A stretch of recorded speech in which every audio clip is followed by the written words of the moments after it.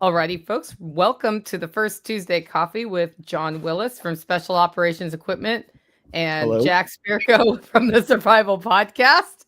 I'm Nicole Sauce from Living Free in Tennessee, and I've been looking forward to this stream for a while. I was particularly happy, John, that it was today, the day after I drove home from where you are. So Yep. I was like, cool, I don't need to do podcast notes today. I just get to talk to my friends about what happened, what's going on. So let's start with what's on your shirt, John. This is an old shirt. Nothing the government gives you is free. That's Oh odd. shit! It's the same one Jack's That's wearing. because it is old. It's not a new What? shirt we wear. Holy cow! I went for an old classic, just like the straight up SOE brand. Yep. Yeah. That's Cool. crazy, actually, because I just went through my closet today, yeah, that one will work for today. Yeah. I have them sitting on a sink in the bathroom, Yeah. and I just grabbed it because my other one I was changing out rodents yesterday, so I was completely just stinky. So this is what went on.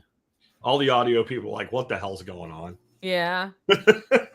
Carrie and I do that a lot too. I think last spring, 2 or 3 days at different events, we came across each other. It was the same SOE shirt when we walked out. But Amanda does it. Yeah. Amanda does it to me all the time. We look like a family reunion or something, so I carry an extra shirt all the time. You're not intending to match, but there it is. I thought women were the one that were sensitive to the same clothes, not men, John. Well, we'll show up in a place, and me and Amanda and Cody, and it'll look like a family reunion or something. Yeah. So, Yeah, Like a family portrait at a reunion where everybody's t-shirt and Yeah. yeah. Yeah. That's a good one. That's the whitest white people shit ever. Well, I will admit I've not been paying attention to the world at all for the last 7.3 days. What's going on, guys? Anything worth talking about on this show? Chicago's mad at Trump. California's mad at Trump. Everyone's Portland real mad. Portland's mad. I saw that Portland was mad at Trump. Yeah, you're not spitting on federal agents anymore without repercussion, it seems. Oh. It has been one of my favorite pastimes to watch the FAFO in real time. It's been pretty cool. Do you see the dude getting hauled away on the cart? Yeah, and none of those are people that are actually combative, right? They're not used to it. They are used to being combative without, having any repercussions to it. There's definitely the look of I have never faced a consequence in my life, and I do not understand what's happening now on the face of these people. One, when they're getting taken down, but especially when they get like when they really pull some bullshit and they get rocked and they take a crack to the mouth or something. Then did you see this? You can tell when a person actually has never been hit in their life and they're being hit for the first time ever. That's the look you get on these people's faces. Yep. I can't believe they're indignant that they were hit. You just spit on a dude and he popped you in the face and you're shocked that you got. I don't know about you, John, but when I grew up, if somebody spit on somebody, the motherfucker that spit was getting hit. Yeah. If you did that to a teacher, you were getting your ass whipped. Oh, yes. Yeah, a lot of our teachers were like Vietnam vets and stuff. Yeah. There was no Gulf War I, guys. It was like dudes. We had a dude, his name was Mr. Rogers, and that's where the comparison between the real Mr. Rogers ended. This dude was 300 pounds, and he was heavy, but he wasn't just fat heavy. He was just a big dude. He had forearms bigger than my biceps. And this kid, Chris, one day I don't remember what he's doing. He's just dicking off. And he didn't hit him, but he grabs this guy by the throat, puts his head up against the wall. He had hands like hams. He rears back, and he slammed the brick wall behind Chris, right next to his head. And it sounded like somebody catapulted a ham against the wall. Yep. And you know what Chris did? Not a fucking thing from that point forward. He sat. I don't even remember what he did to cause it, but I know he did nothing after it. Yep. In shop class, they had this teacher's lounge area that had a little pond in it for the science teachers. And you could go back there and get some counseling every now and then. And it would happen, man. It would happen. Yep. That's a good name, Hilux Radio. I like that. Yeah, when I was in grade school, they hit you with a ruler in public, in the government school. Yeah, we'd heard of it, but I never witnessed it. But Scully got a paddling from the principal once, and he had a cabinet. This dude was an S&M dude or something, because he had all kinds of tools to whip your ass with. Yeah, we had the paddles with the holes drilled in them, so they would. It doesn't really do anything, but it makes an impact on an 8th grader. We actually had a dean one time that made a kid go to the shop and make his own paddle. That's awesome. Yeah, like go make a paddle. Man. And if you don't make it well enough, they make you make it again. Bad. That's like the thing. The old ladies used to send kids out to get a switch. Yep. Yeah. To get a switch. I by the way, I am not for hitting children. Right. But I am for like them believing that it could happen. It did happen when I was in school, though. That was the thing. Oh, absolutely, it happened in school. Yeah. Like Jacksonville, Florida, in the 70s and 80s. Are you kidding me? No, that was.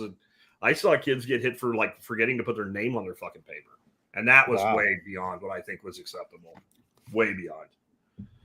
Well, I did hear some local news over the weekend, which is a thing about when you're not paying attention to news and you hear news. Oh. It's a very interesting story about like just to look at how that gets to you, which is it's a good lesson on when you stop listening to the news, how you'll still hear anything that's actually worth your attention.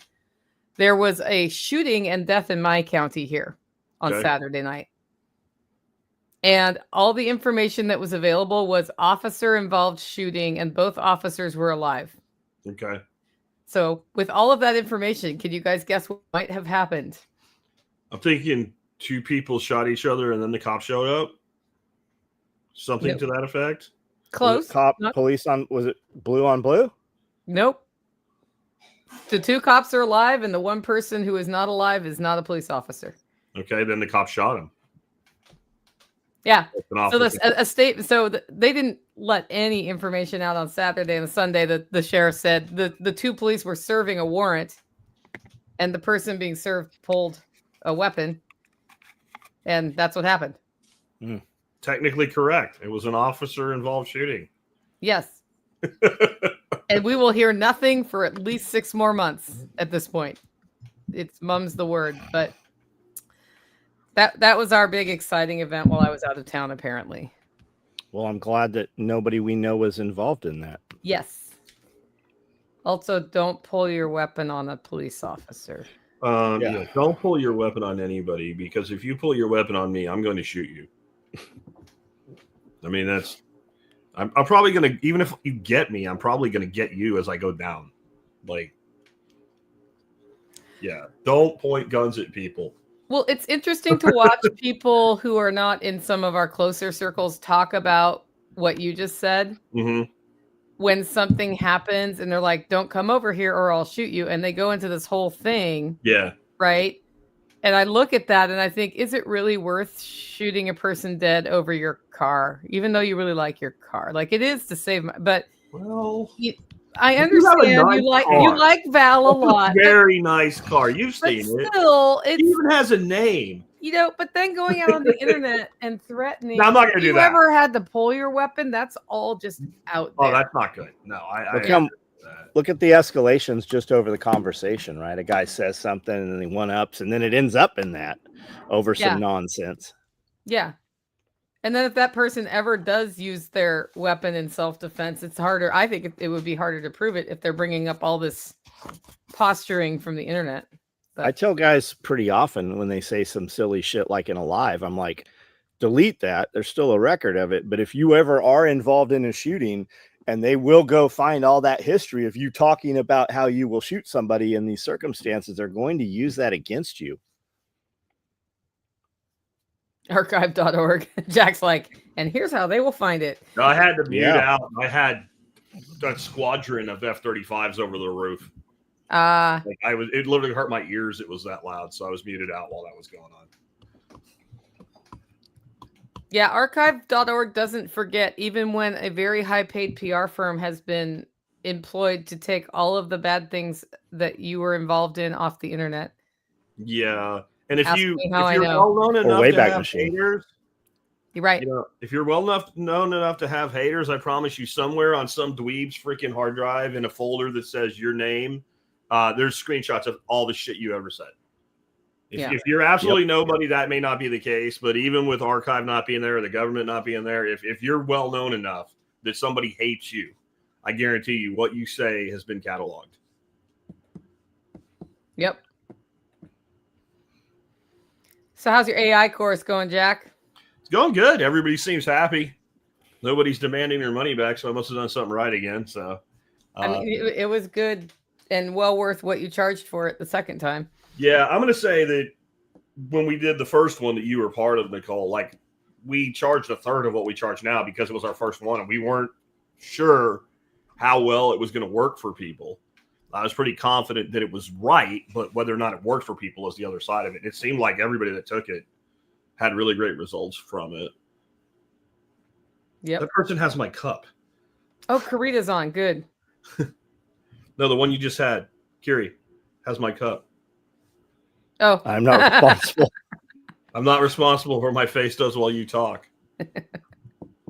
And his face does do things while you talk. I have witnessed it in person. Teresa gave me that cup. Yeah. Teresa's face also does things while you talk. That is the way it is. So I got to see John's snakes. Finally. There's no good way to say that without that sounding wrong, but yeah. It's okay because you put an S on the end. I did. If you had said snakes, then that would have been, yeah. It's a good thing he has more than one snake. I even got snake farm. I was this close to doing a hey baby. Hey baby. Can I see your snake? You want to see the snake? Hey baby, you want to see John's snake? It's really big. It was really big. He has lavender retic or some shit. Yeah. Do you have any dwarf retics or berms, John, or are they just regulars? No, I don't have any dwarf. No, we're doing big stuff. You know what this is really, guys? I'll tell you what he's really doing. When the apocalypse comes, he's going to be like, snake steaks, man. And if we have to. Wait, this is wrong because I'm having a total freaking survival moment here thinking about snakes as a survival food. While food's plentiful, you can feed the shit out of them, right? And you can grow these huge ass, like just chop steak, chop steak, chop steak. Now, here's where it gets cool. You know this. You could have like an 18-foot berm and not feed that motherfucker for 3 months, and it's fine and it will barely lose weight. Yep. What? Wait a minute here. Like, and all you have to do is keep it from freezing. Like, it can handle heat. It'll slow down when it gets cold. It'll actually live longer in the cold, as long as it's not too cold. We could have meat for years with a snake farm. Absolutely could. And compost to keep it warm. Plus, I have all those hairless squirrels in all those trays that we breed. Hairless squirrels? Yeah, the rat farm. Rats? Yeah, no, we just have real rats. Oh, okay. But they have no hair on the tails, right? When we singe them, we'll just sell them and tell people they're squirrels. String-tail squirrels. That's right. I mean, I would eat a rat if I was hungry. Yeah, I would too. There's just not much on a rat. No. Yep. Oh, there goes my backlight. There was a documentary I watched when I was a kid in the 80s, back when they actually put documentaries on regular TV. Oh, hey, baby, want to eat it was snake?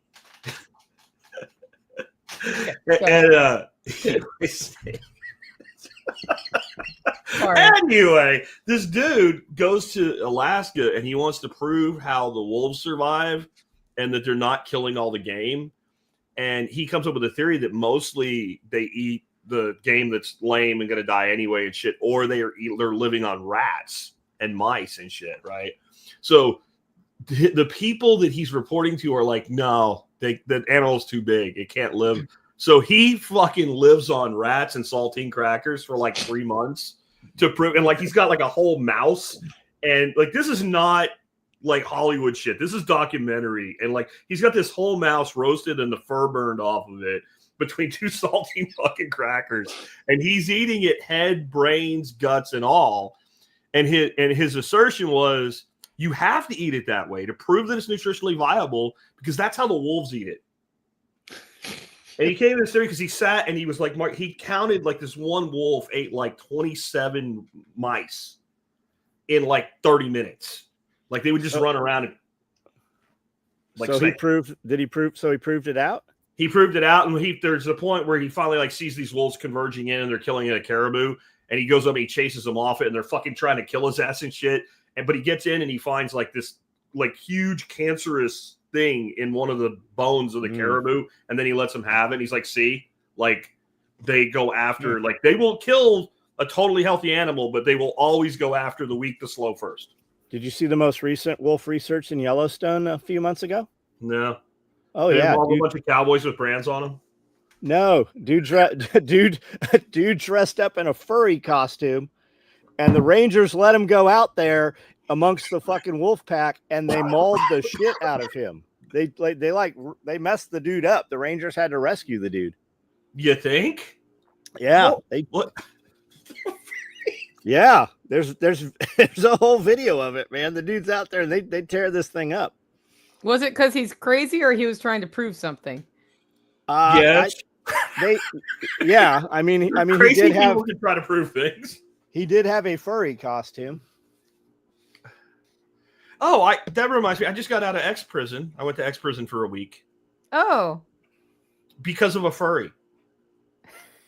What happened? Because of a furry. So somebody posted a video, you might have seen it, and it's a furry at like a furry convention. Dressed as a dog furry. And it's got a leash around its neck. And the furry partner, who's not a furry, is dragging the furry, who's like flailing around like a dog throwing a tantrum and being drugged down the hallway. And somebody said something like, that could be dangerous. They could choke. And I responded to their comment with, we all secretly wish that he, she, they, them, person, place, or thing would choke. That was considered an endorsement of violence speech. I thought that was over with on X. I'm going to tell you that right now, Facebook is censoring less than X is. Yeah. Which at is this crazy. moment. At the moment, yeah. Like your mileage may vary. But I tell people to fuck off all the time on Facebook and nothing happens. Yeah, Instagram makes me edit my comment. What's that? YouTube does the same thing. Yeah, yeah. We think your comment may violate our terms of services. And if you say do it anyway, then they fucking ban you for a week. Yep. So YouTube did not pull me offline because I deleted the video I streamed that talked about the stick, the disease behind it, alternative ways to treat cancer involving plants, and a whole bunch of other things. But I was watching this stream to my channel, and I texted John. I'm like, oh, no. I'm about to get pulled down. Did you? Yeah, we got... No. He's like, delete that video, Nicole. I did. Yeah, just delete it if you're worried about it. Like, we got hit last time for talking about apricot seeds, apricot kernels. That was the little sentence that they dinged us for last time. Yeah. That's interesting. I still have my medical misinformation strike about the Berkey water filters because I still haven't gone to re-education camp. Same, I have one too. Yeah. I was just like, okay, I'll just spread medical misinformation. Make your elderberry syrup, my friends. Okay, I'm building an off-grid kitchen. My main concern is electricity. I have a Coleman camp stove and a country living grain mill. What else should I be looking at? Why is your main concern electricity? Go ahead and answer, but add to that because what I just heard doesn't require electricity. Yeah. Wood burning stove. Propane is awesome while you have it. It's easy to store. You can have it in bulk. You can get on Marketplace and go pick up $10 barbecue tanks. I've got 50, 60 of them probably. Nicole sees them sitting all over the place here. Yep. And you can fill them and they last forever until they're out, but they're going to get you through almost all emergencies. Wood burning stoves, nice. You can get those very inexpensively off Marketplace also. Something you can cook on the ground over, some kind of shelter over that for when it rains. These guys, I'm sure they've got a ton of stuff to add. Yeah, so we're looking at putting in a wood-fired cooktop, so it's like a box with metal, and you can actually cook on top of it. So rather than buying a pre-made wood-burning cook stove. And I totally got the idea from Joel Salatin's Polyface Farm cooking setup. And he has it set up so the smoke, it's almost like a jet setup, but it goes up a chimney so it doesn't get in your face, right? And then on the other side of that, they have a wood-fired pizza oven, which gives you an oven too. So if you think you're going to be cooking outside a lot, cooking with wood is not hard. You just got to get the fire going. It's fun to hang out around a fire anyway. And you can both have something hot enough to fry an egg on and something to cook your casserole if you're going to do that. which especially in a situation where you have had power go out is just easier. But if you're just trying to get through a crisis, like John said, like a temporary thing, if you have ever been a camper, you probably already have everything you need. Like my first outdoor kitchen had a camp stove for canning and an extension cord to run a roasting oven because I could cook outside and have the heat go outside. And I didn't need to worry about power when it was out.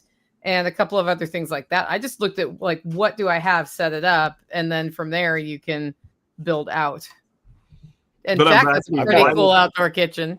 But I'm back to, why did they want electricity? Is there something that they want that we're not seeing? Like, I don't know, a rotisserie, or lighting, because if there is some stuff like that, that's a very limited amount of power. And that's something like 2 solar panels and 4 marine batteries can do for you. So like, that's why I'm asking the person that asked the question, is there some reason you want power in electrical form other than you want because I have an outdoor kitchen. There's no power, right? I don't need power. Everything's gas. We run an extension cord into your outdoor kitchen during your workshop to run things with power, which was great. And like this person answered, they said, we're going to do a wood-fired cook too. No one really wants to cook and heat up the house. So if it's just about heating up the house, run a couple of extension cords or put in a couple 20 amp breakers, whatever your budget is. And then you can also use a crock pot outside, like a toaster oven if you have one, all sorts of stuff that keeps all of that heat out of your house. It's a great way to keep your house cooler. Or a pellet smoker, because that's what I'm going to have to do, is run an actual outlet now, so I don't have to keep, because now I have a pellet smoker and it needs a little bit of power, Yeah.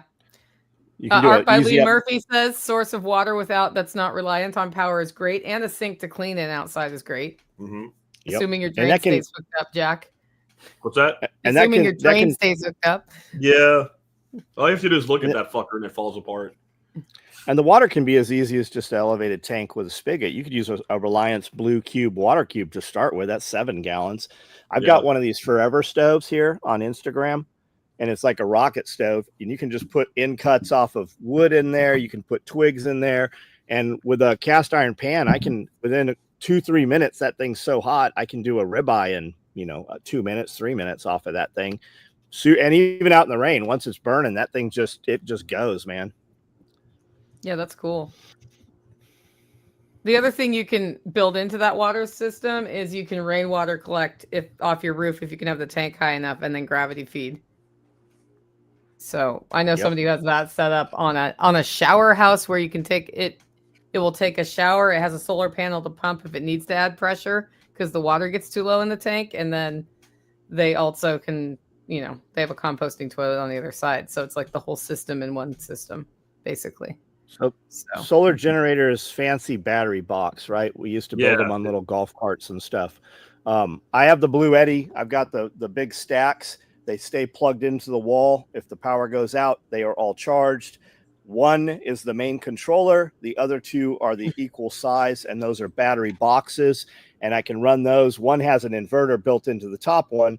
The other 2, I can charge anything I want off of C or A. It's got power ports on there, and I can put it in 3 separate vehicles if we want to. We can charge it off of a generator. We can charge it off of solar panels. I have 8-foot solar panels with kickstands on them. And it works good. I went with the Blue Eddy because the day I wanted to buy it, the one I was going to buy couldn't ship for 90 days. Blue Eddy, immediately an email had come through, and I bought it on a holiday and got 25% off on the package. I got to show you guys this, though, for cooking outside. I think I want one. Okay. I might have to help you with this today, Jack, but throw it up there. I have powers. I don't know how, but I do. Okay, sweet. Right? Nope, that's awesome. I don't know if I want to play it or not because the people in the audio won't hear it, but screw them. They should have showed up. Hold on, I'll go ahead and play it. Fully grill off open fire grills. The Rodeo from Fogues TX. So let's go. We have the grill, the griddle, also we call it plancha. We have this support for 2 mini cast irons. We use those to make provoleta. That's grilled provolone. That was the fire basket, and this is the support for the cross. The cross goes up and down, sideways. You can flip it or turn it. And these are just a few attachments that you can buy. There's a lot more. I said this before, and I'm going to say it again. This is not a grill. This is a piece of art. Well done, Julian. You're an artist, my friend. Vamos. That is beautiful. I want one. Oh, I'm so surprised to hear that. I think you need one for your fall workshop for sure. No, there will not be one by my fall workshop. There's nothing coming to the fall workshop that's not here already. Yeah. Except for the people. I've got a guy on my live every night. I think he goes by Hardway Alaska on YouTube here, and he builds fire stuff like that, fire rings and fire pits, and he's got a little wagon like that. He's got all kinds of stuff like that. The little pots they had in it, they make other ones that do like bigger pots and shit too. Mm-hmm. It looks awesome. The cross is what got me though. I'm like, oh, that's cool. And for those that are on the audio only, cross is like the Argentinian, like where you cook like a whole goat and it's like splaled out and it's like indirect heat. Like I saw that. I'm like, okay, you got me. Damn it. Like, okay, whole goat workshop 2026. Yeah. Art by Whitley Murphy says, way nicer than the standard deluxe campfire cooking setup. Mm-hmm. Yeah, that was like, I've seen big pits like that used for cooking and have little grills that swing over, but I've never saw anything that. But that's brilliant from a business standpoint because you sell the thing and then you can drip market accessories onto your customer for like years until they buy all the accessories. That's why guys bought so many Tacomas, because they're like a Lego. You can just add stuff on stuff on stuff on stuff. Yeah. But we have Hilux radio here. How wrong is it that we can't buy a Hilux? Yeah. But a Hilux. I mean, just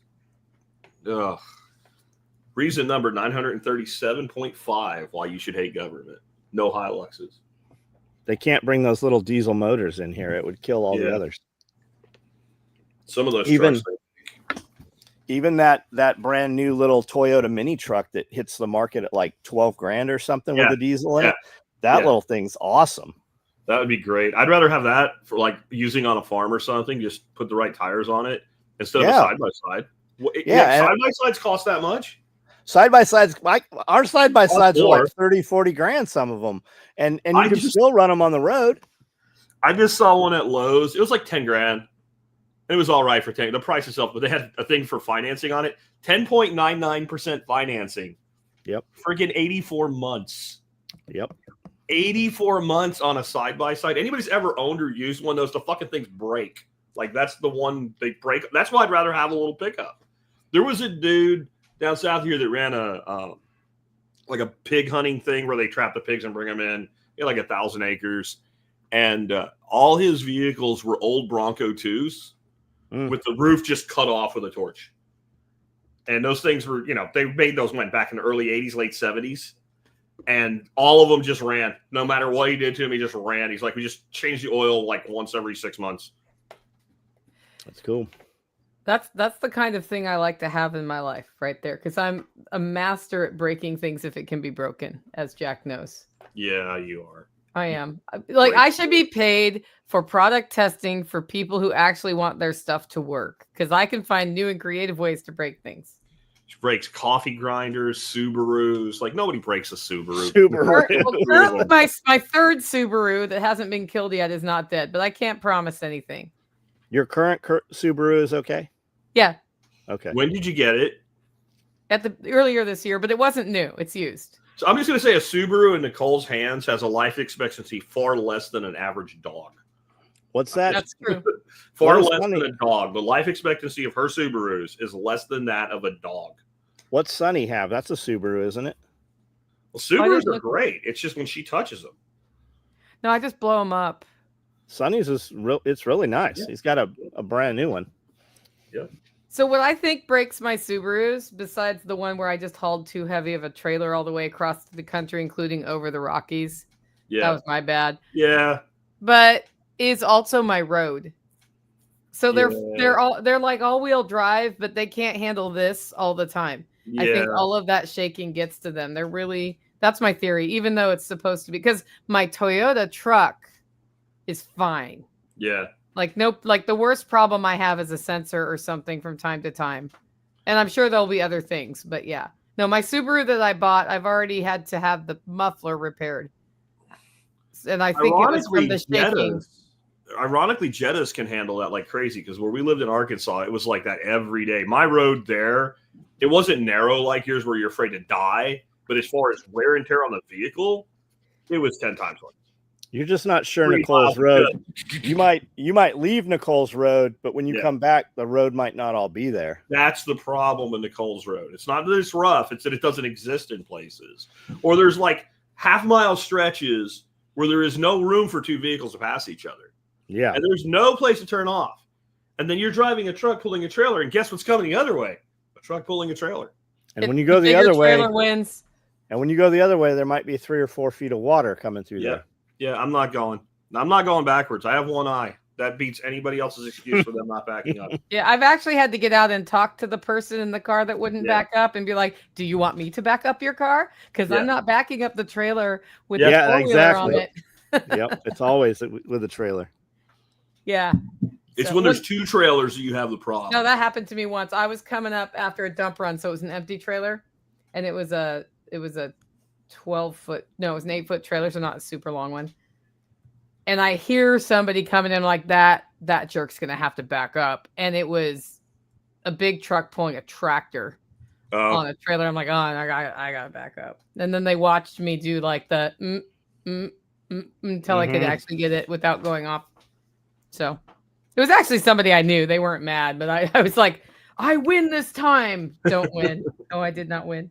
So, yeah. So as we're looking at buying the land to connect the 2 properties we have here, I would like, assuming that all goes through, to build in the road from the top of that land and not on this road.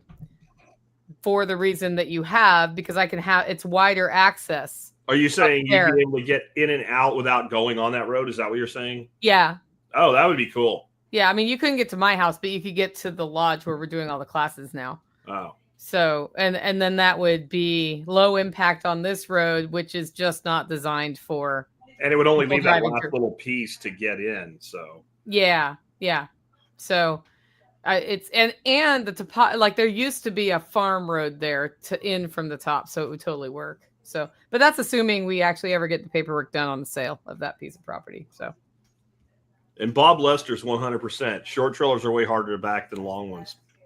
Yes.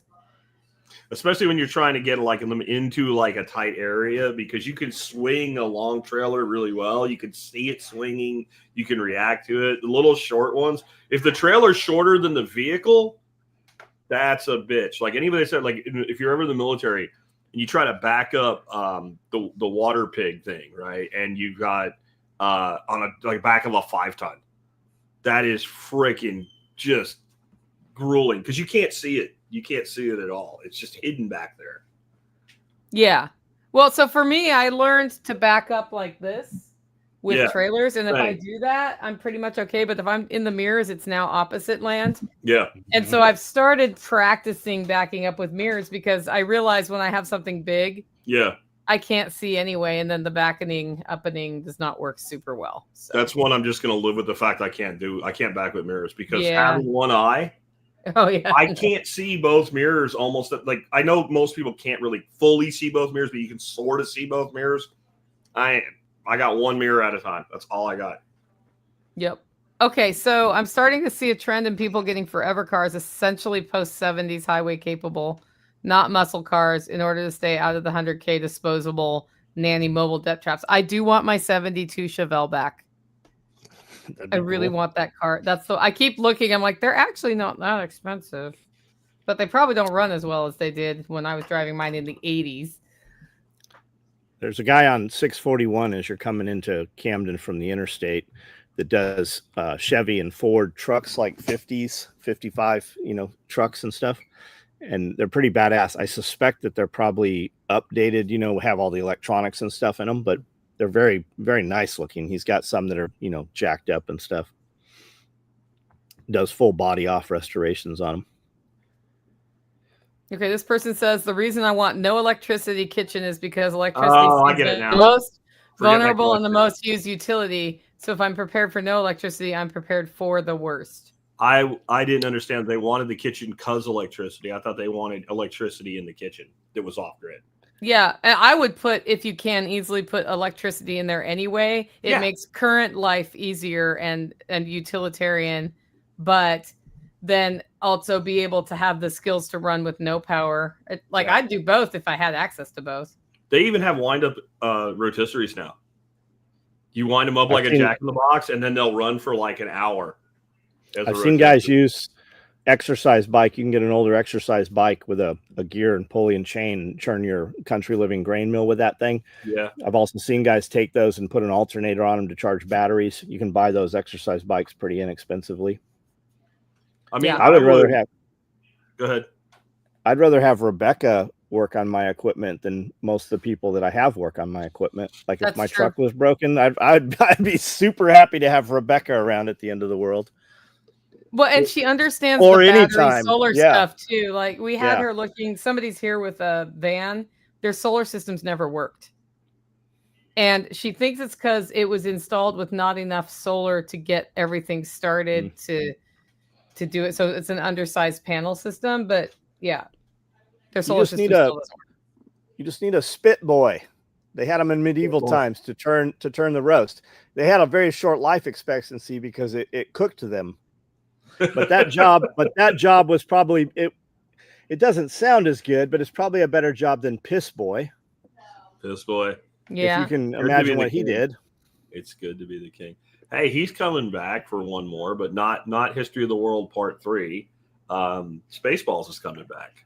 Oh, really? Like it's legit coming back. And like the original actors like Pullman and Rick Moranis and Brooks is supposed to be in it and directing. He's 99. If it goes on schedule, it will be in the theaters when he's 100 years old. Wow. That's interesting. I guess you got nothing else to do, right? You're rich as fuck. You're 99. You can't do a lot. So make a movie. Plus he's done that, right? So he can do that well. That's his last push there. I think the only person that was in the main cast they're not bringing back is Candy and Rivers because they're both dead. Yeah, you can't do that. We watched that. They would roll that in on rainy days in 5th grade. We would watch that. Yeah, in class we would. You had a much cooler school than I did. We would watch like terrible documentaries or like the black and white film of the kid not washing his hands. Don't be Mr. We had also The Hobbit and Lord of the Rings on reel to reel. No, we never. The closest thing we had to that is in I think it was 9th or 10th grade when we read Romeo and Juliet. Our English teacher played the movie that had like a 2-second nipple shot. And then like a bunch of kids ran home and knocked him out and shit. And no one, but it was 1985, so no one gave a fuck. Yep. You could flip back and forth between channels when you had HBO and sometimes see some of that. Yeah. But you had to scramble. Yeah. You get one little nipple. Yeah. The other thing was the Kung Fu movies, right? Every once in a while they would have a nip slip or something. And then like you go to school, like this is like 5th grade, Did you see the boobs? No? Oh man, you missed the boobs. Yeah. No, there wasn't boobs. Yeah, man. And there's no replay. No, there were boobs. It was at 11:58. And it was on like the UHF channel. You had to move the antenna to get to come in, and they would have the poorly dubbed shit too. Want to fight? That's a good idea. Get an old baby swing to wind up for your rotisserie. That would cool. work. Yeah. That's probably what the dude selling the wind up rotisserie did. But the wind up rotisserie is pretty cool. It's got like a basket and you can do all different kinds of shit with it and all. It's actually more cool for what it'll do than for the fact that it doesn't use power. Yeah. I actually never even thought about the fact that it's me of all people. I didn't even think about the fact that it didn't use power. I was just like, look at that. I could cook a fish on rotisserie. That's all. Or a spatchcock chicken on a instead of a whole chicken, If you're grinding grain to live, you don't need training. Yep. And no matter how good that grain mill is, it does not make the flour that you are accustomed to using. That General Electric for $250 makes flour like you were used to using. So really? Use that normal. Know how to use that country living grain mill. I've got 2 of them. Get the extension arm, get the bean auger, and play with that thing. Also a solar oven. Like watching Grumpy Acres, man, she cooks all kinds of stuff in that solar oven. Seeing her do those at the shows, that's pretty impressive too. And I have one of those and I've never used it. I bartered mine, but it was pretty cool. What it was really good at is cooking cuts of meat that you would do low and slow. Yeah. Like pork roast. I did like pork and apples in it all the time, and it came out perfect. Yeah, we've seen her throw, chicken, potato, celery, carrots, and man, we've seen her do bread in it. Yeah, the thing about bread and stuff like that, you have to pay attention. Like the slow cooked meat, you just leave it there, and nothing's gonna happen. But I'm only laughing because I understand the pay attention part of those long-term projects when you're like, I'll just go do this, and you're like, I have a hard time paying attention to like the space in front of me, let alone like corn muffins. Like the thing about the oven is you set exact temperature, you set a timer, and like then you're fucking off. It goes beep beep beep beep. You're like, what? Oh yeah, right. Oh, That's yeah, why you always set it for a minute earlier, so that you have a minute to like. What? You need Why is the thing yelling at me? with your off-grid kitchen, you need a wind-up timer. A 60-minute timer that tick tick tick tick. Yeah. The little egg timer. Yep. Yeah. I've done biscuits on the flat top. That's pretty cool. You really have to pay attention though, because they will start to burn on you pretty quick. But if you take a trivet and then you set them on the trivet so they're not in direct contact, and you put a cover on them, you have to flip them about 3 times. But you can make a really good biscuit on a flat top. So get a flat top. Flat tops are solar great. oven I want a bigger flat top though, long term. Yeah. Nighthawk keeps sending me links to used ones on Facebook, and I'm like, no, I don't want to drive there. No, I don't want to drive there. I got a new. By the time I drive there, I can buy a new one. So I got a new cooking hack. What's that? You get a bunch of steaks, right? And you sous vide them right away. You season them how you want them. You sous vide them to the temperature of everybody's liking, and you label them.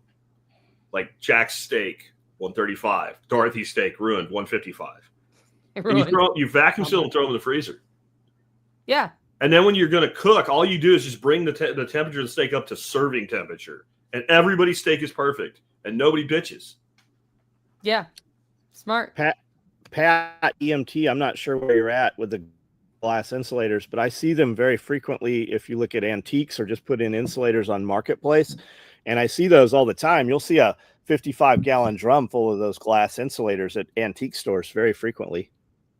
Those things used to be everywhere. We used to just pick them up and throw them and shoot them and shit. We were stupid. My buddy works on the railroad, and he just picked them up just out when the train has stopped because they've cut all those old lines down. They don't use that old stuff anymore, so they're still sitting there. The place we used to hang out where kids was coal mine area, and like all the mines had power run to them. And then when the mines were abandoned back in like the 30s and 40s, they just left everything, and like this shit just laying. Well, I don't know what is now. That's 40 years ago. There's stuff laying everywhere like that. We used to find all kinds of things people collect now, and we didn't give a shit about it. Like the antique bottles, like the medicine bottles and shit. That shit, every old homestead in Pennsylvania had that shit everywhere. Now people are like digging up old outhouse pits to find it, and you're like, man, I'm stupid. I had glass Clorox bottles. Brown glass Clorox bottles. I had about 100 of those things. I think my old man just whipped them out when I went to the Army. Because those are the ones that were cool to me because I knew what Clorox was, and I knew that that's not what Clorox comes in. But hindsight, man, you don't think about that. Like imagine if we'd have bought a bunch of 1980 Blazers and just stuck them in a climate controlled room somewhere. But see, that's the collector's rule. Never collect anything that's a collector's edition because nobody throws it away. The only thing that makes it valuable is that people threw it away and didn't care about it. And now there's not very little of it left.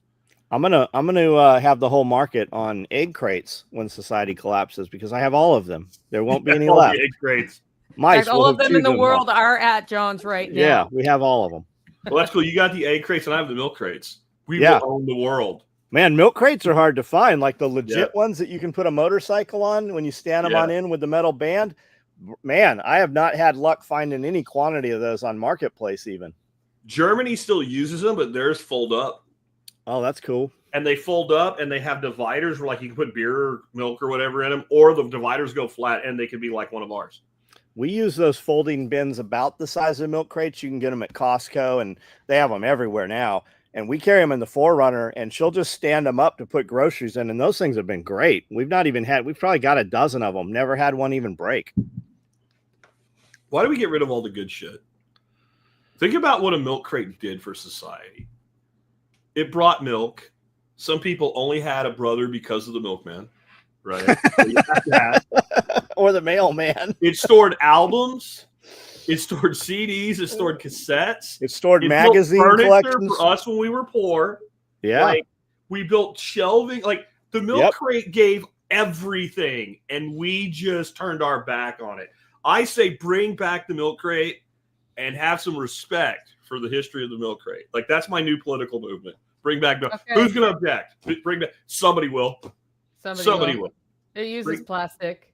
Can't we all come together and do that one thing for America and bring back the milk crate? And that plastic of the milk crate, man, you could find them out in the canyon where nobody'd been for 10 years. They're still there. And the sun doesn't break them down. Now everything just disintegrates. That's, you know what? That's valid. Anything made of plastic now, 2 years in the sun, Texas sun, a year and a half. Yep. If we have white PVC that's exposed here, it literally turns black after a season in the sun. It literally starts to burn in the sun. So we have to spray paint. Or like the other thing I'll do is when I have a stand up and it's like 1/2 inch, I take a piece of 1 inch and cut it to the length of the exposed pipe and put it over it. It does two things. It protects it from the sun, and it protects it from a wife with a weed eater. We just put our mini splits up high on the end of the building, and they're like, where do you want these? I go, they got to be high enough we can pull a small trailer or something through here, because somebody will hit them. I still want to bring back the milk crate. Yep. I mean, milk crates, they make shelves in your living room, as I recall. Yep. I had aquariums on them. We had milk crates with pine shelving full of aquariums. So what's all the things we need to bring back that used to be like multi-utilitarian? I say milk crates, wooden cable rolls. Oh, yeah. Wooden cable rolls. My first table was a wooden cable roll. I still can get 4 little wooden cable rolls around it for chairs. Our electric company, you can get them. We can get them. Because I don't want them. And you can have those outside for 10 years, and those things are still good to go. Oh, they don't go anywhere. Yep. They go anywhere. People like, when I tell people that, they're like, so did you like finish it? Like, fuck no, I was 16 and paying rent. I just threw it in there and there was a table. Like, I didn't need to, like, finishing it did not make it serve better as a table. Yeah, Ian, the current milk crates are not, when you search milk crate, they're not milk crates. They do not hold anything, and they're not durable. That's what everybody doing the milk crate challenge. That's why they were killing themselves and getting paralyzed, because they weren't real milk crates. I wonder if you can still get the metal ones. I don't know. Milk crates. I'm finding out. We need to bring back metal coffee tins, though. The things are crawling metal milk crates are not. It is very difficult to find a coffee in a metal can. We were buying it years ago just from Costco because you could still get it. And Walmart even had, some instant coffee and some ground coffee in those metal cans, but you don't ever see a metal can anymore. No. We need metal milk crates returned. We need wooden cable rolls, and we need metal coffee cans. The metal coffee can was one of the best storage devices. Whose granddad didn't have like stacks of those things with like, and like you're like, I need a 4-inch wood screw, and he would just like, here's like, whop, there. You're like, holy shit! Like, you can't remember your name, but you know what can has the 4-inch wood screws in it. Yep. We need real rat traps again. Not the ones they can carry away. We need the ones that when they snap, that rat is fucking dead. Yeah, break your fingers. Yeah. I've got some big live catch rat traps for squirrels and rats. Those look pretty gnarly. Those are neat. Orange metal coffee can from New Orleans. I'm thinking community coffee, but that's red. Bob, can you confirm that PMags do not deteriorate in the sun? I would assume, being out on the range all the time at Tack Response, somebody there would have the answer to that. I know that when I mowed out there, we'd find all kinds of stuff out there when we would bush hog. I never tried that test. I did try to drive over them with an F-350 test, and they passed that. Mm-hmm. Even shot through the PMags work if you haven't cut that spring inside. Yeah. So do the Stanag mags. Cigar boxes. Okay, cigar boxes have to be old cigar box. I have old cigar boxes from my grandpa that I still use for stuff to this day that you will pry out of my dead cold hands. There was a kid in the 80s, man, pencil box for school. Our buddy bought out a cigar box maker, and he was making humidors and wooden cigar boxes. I've got a couple boxes that he arted up and did for myself and Amanda, and they're just amazing. They're beautiful. But this company out of Nashville made wooden cigar boxes, and Carrie Brown, not your Carrie Brown from Southern Rust Furniture, who built Amanda's steampunk desk, he had hundreds and hundreds of those things. It was so cool to see him turn them into something. Yeah. So cigar boxes are not a problem down here in Cigar City. The cigar boxes still exist. People just don't smoke anymore like they used to with cigars. Like cigars used to be very common. Somebody earlier said metal milk jugs and milk cans. Along those lines, you will see a lot of stainless steel milk tanks that are like 500 and 1,000 gallons. And you can wash those out and use them for, you can use those for water also. And I see them all the time when I'm searching water tanks on Marketplace. Marketplace has all but killed Craigslist, but man, everything is on Marketplace right now. You know what else you can do with those milk tanks, John? You make stills out of them. Yeah. Stills are pretty available. Stills are pretty available. Yeah. The best one I know of is the one I own, and it's made out of a milk can. Oh, nice. Mile High Distilling. If anybody wants to get into distilling, I recommend that. And if you're an MSB member, we have a big discount, like 15%. Which on a full-on still set, that's a lot of money. Cloth flour sacks. Yes. Dobby. Yeah. For Dobby the house elf. Yeah. That's right. Yeah. I actually wish that we could go back to the milk delivery glass jug setup. But with real cream. Yeah, that probably would cost a lot. That's probably why it went away. But yeah, with real cream. Dawn was doing it for a while. She was dropping, like, we got milk from Dawn. I saw her have it in glass jars and stuff.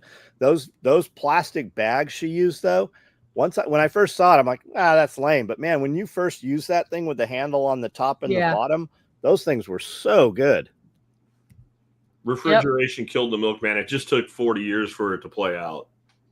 But once they invented grocery stores with refrigeration, the milkman's days were numbered. And Dad never liked him anyway because that one brother had the big ears. Like heart containers from Hobby Lobby. Huh? Are they heart shaped? Is that what you're talking about, Dark Horse? He doesn't know. Is that the hang glider or the paraglider guy?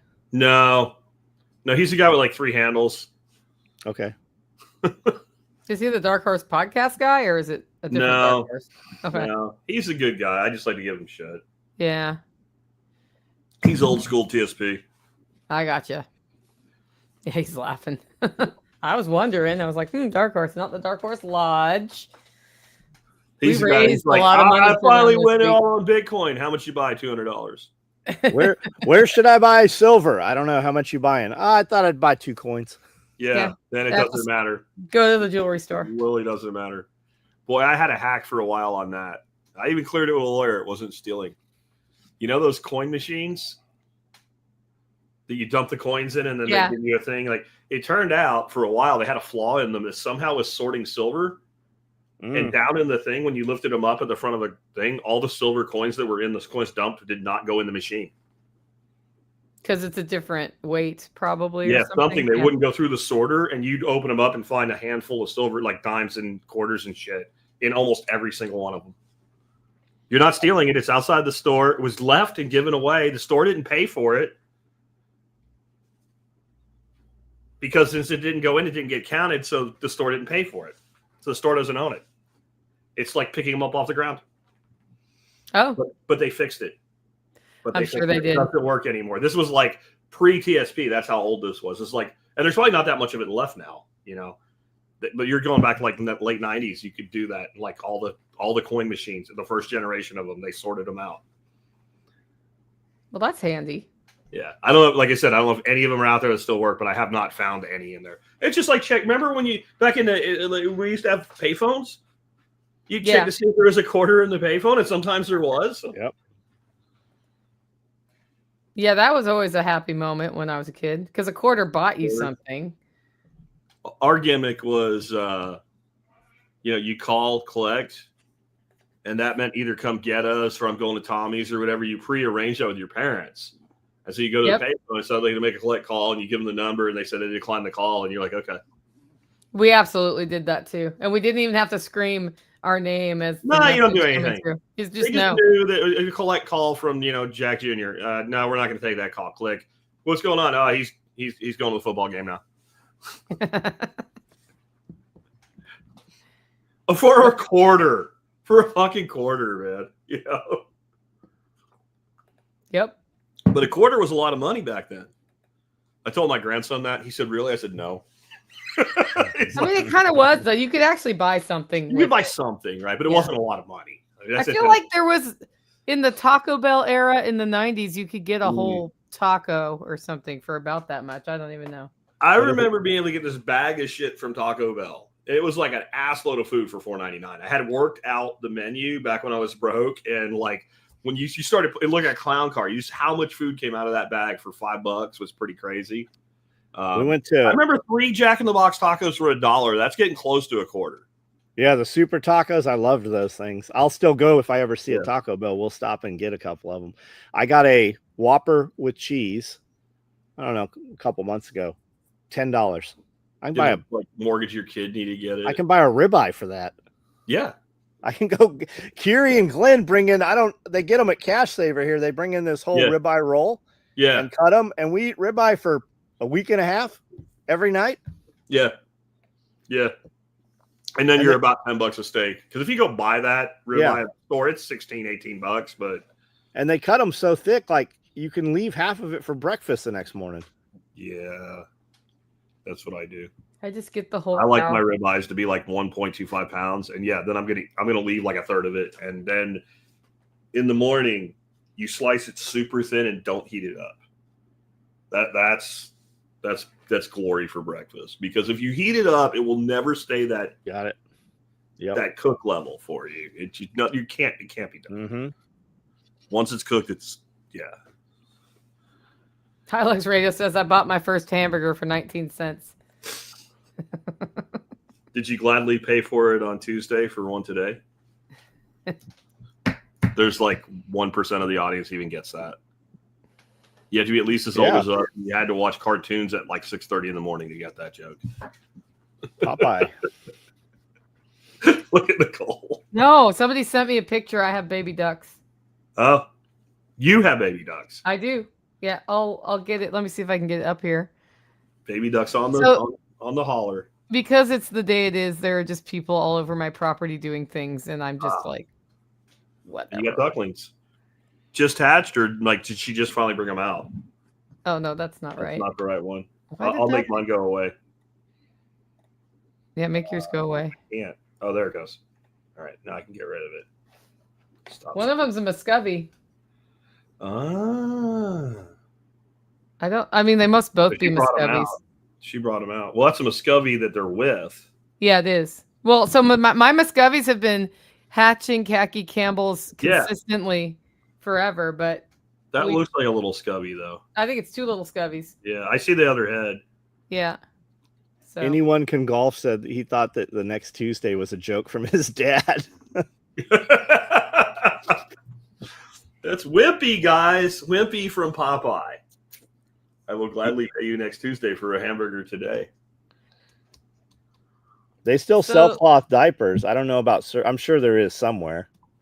Oh, there's cloth. There are. No, there totally are. It's a thing because people want that instead of plastic on their baby's bottoms. Yeah. But he's talking about a service where they pick up your dirty ones. Yeah. You have a diaper pail and you stick it out, and they I believe it costs more than buying with disposable diapers, but that's totally a thing. Yeah, I would charge more than the cost of disposable diapers. Yeah, wash your kids' shit. No. Yeah. I'm glad somebody does it. Don't get me wrong, but I'm not doing it. Yeah, I mean, you got code yellow and code brown. The problem is sometimes code brown is like code green. That's when it's bad. I mean, that's when it's bad. I also don't know a parent who didn't have the one moment where code blowout happened that went on all the way up the back of the kid's neck and everywhere anyway. Yeah. Yep. I feel like you should not have nice furniture for the first 5 years. No. Just put it all in storage and then bring it back out. You have to wait until the last kid crosses that threshold too. Yes. Like I am now open to buying a new dining table because the kids are not here all the time with their friggin' micro machines and shit, the grandkids, because Dorothy has this table she's wanted for years. And I'm like, no, I absolutely refuse. And I don't ever tell her no, but I'm like, no, because it will be just, it's like this gorgeous slab wood table. And I'm like, it will just be destroyed. Well, we'll get a table. No, they will just, I already know there is no way to stop children of that age from fucking up tables. It cannot be done. Yeah. Unless you have like the kid that's like, good evening, father. Like, and we're not going to have those kids. So it's going to get destroyed. Yes. No, you're not. No. Yes. All right, what else are we bringing back? We got to make this list complete. Like, what else are we bringing back that was not used for its original intended purpose, that was multifunction, that they stole from us? Like the garbage thing. I don't know. We can talk about something else while they figure it out. That's your job, guys. Yeah, that is now your job. Things. It's funny because I probably have things around that are this thing. Are those things. So I know that my grandma gave me a 7-Up bottle. Yeah. With the lid on it that they had, like a screw top lid that they had poked holes in for a salt shaker. But I don't. You can make that if you want to, though. But yeah, I'm with you. Like that was the thing about our grandparents, right? Like they didn't throw shit away. They didn't throw anything away. They saved everything. Every jar got saved and used for something. Everybody had a grandpa, at least it's all right. They had the baby food jars. And you take like a cabinet and then you screw the lids up into the cabinet and then all your little parts and pieces go in. And then you can see in the jar and they're held up off of the workbench and you unscrew them. Like, but I guess you could still do that. So some of it's on us. We're not using the resource anymore. Yeah. Humble Mechanic is trolling me today. He says, wait, did Nicole say she wants them to bring back metal toffee tins? If only she could influence that. If only she could. But metal tins don't ship well. Oh, yeah, they do. Space-wise. Because they're round. And when they go like in a box, there's wasted space for your flat rate. I mean, the corners. But when you think about the size of your average metal coffee tin, unless you're doing the gallon ones, which doesn't make sense for shipping.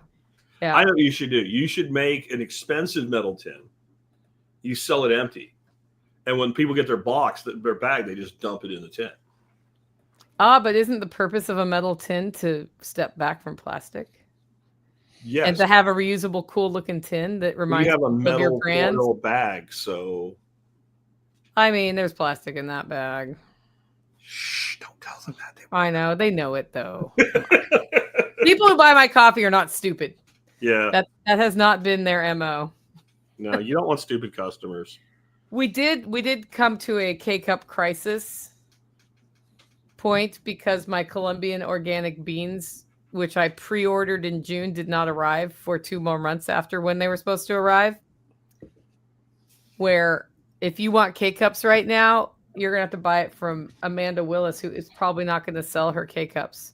No, she won't. I was like, here they are. It's going to be a bit until, because I roast the coffee, I ship it, and they come back within a few weeks. But I would say till November, no K-Cups. No K-Cups. Yeah. You have to make your own. I know. Yeah. That is a French press and not an AeroPress. What is up at the Spirko household today? What's that? Oh, it's because I was late for you guys and I wanted 2 cups of coffee, and it takes a lot longer to make 2 cups with an AeroPress than it does to dump hot water in here. Plus I have the flexibility, right? I got my burr grinder and I can make different size coffee. So yeah. Although a square coffee tin would be pretty cool. Yeah, I was like the person just said that. I think that would be kind of cool. That would just cost more. Customers make things much harder than they should be. Yes, they do. There's a lesson in there, John. What's the lesson in there? Well, you just cut them out. You give your problematic customers to somebody else, and they still want the product, so they tie up your competitors' time. John is the master at this. But John doesn't just get rid of them. John turns their name into a discount code and makes money off of them while he mocks them. We do sometimes, yeah. I learned that trick from John. It worked really good, too. It does, yeah. We used to be able to promote it and put a little money behind it, and then it would really just spread like wildfire across Facebook. The one I did was a very annoying vegan troll named Travis, and we did it while we were on vacation. The discount code was bacon. And you had to agree to eat a pound of bacon extra and give away a pound of bacon, and then you got the discount price like $25. And dudes were like buying memberships for their dog, so because they already had a membership, so they wanted to participate. And we made enough money on that sale; it paid for every single part of the trip except the plane trip. It covered the hotel, the bar bill, the rental car, like all off of bacon. And I owe you that, John, because I would have never even thought to do that without you. Yeah, we did a sale code and we launched it right as we were leaving Nashville. And by the time we landed in Las Vegas, like 4.5, 5 hours, we'd done $64,000 in sales in just the time we were in the air on the airplane.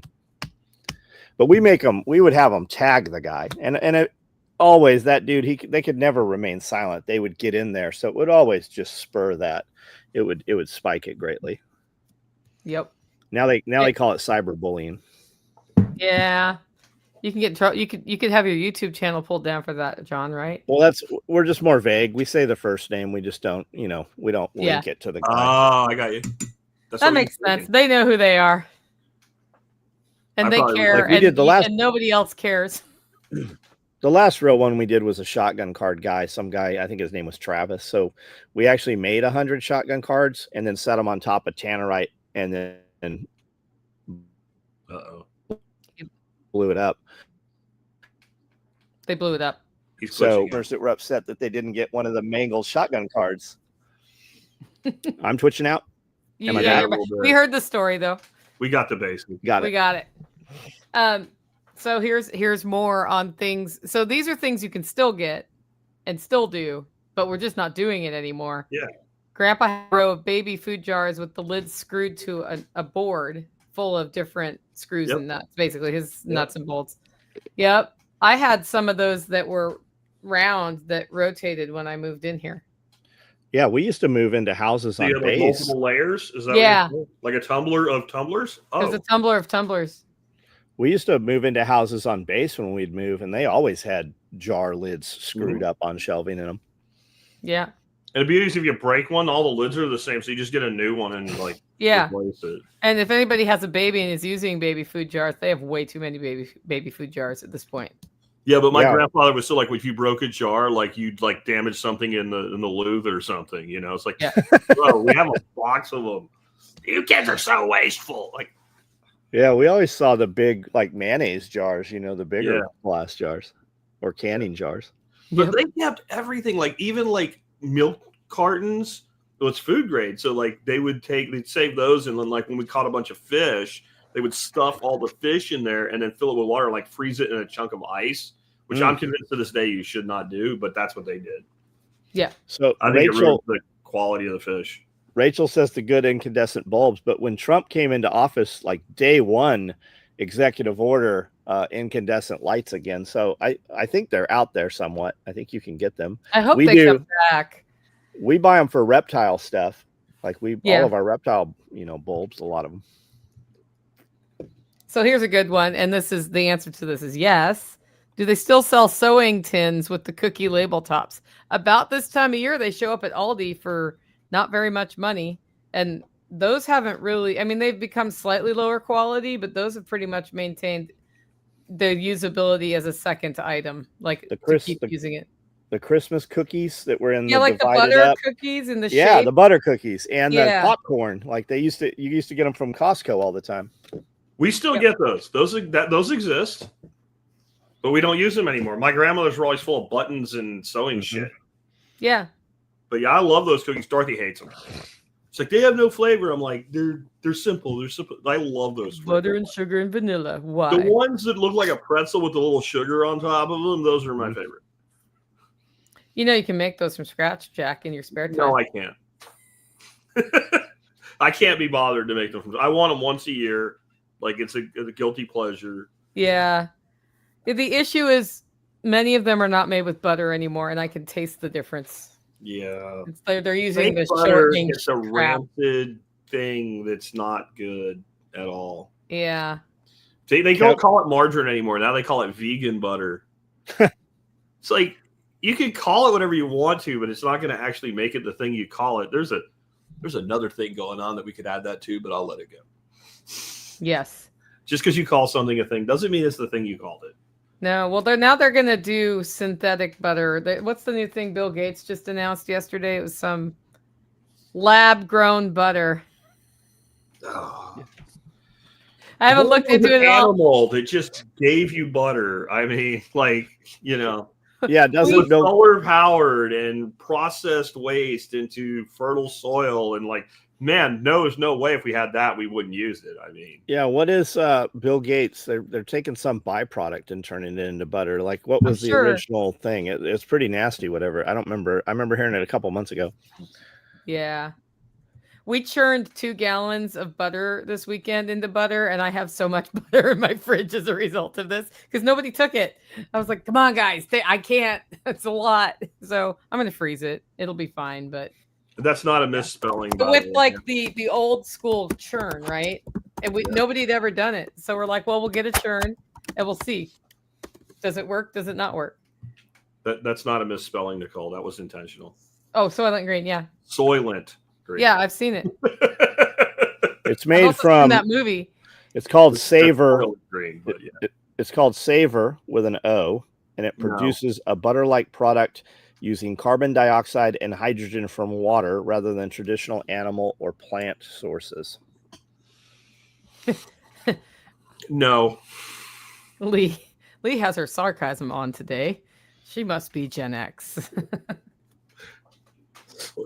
Soylent Green is better. Yeah. No, SOIL for those on the audio. Soylent Green. Yeah. Soy face.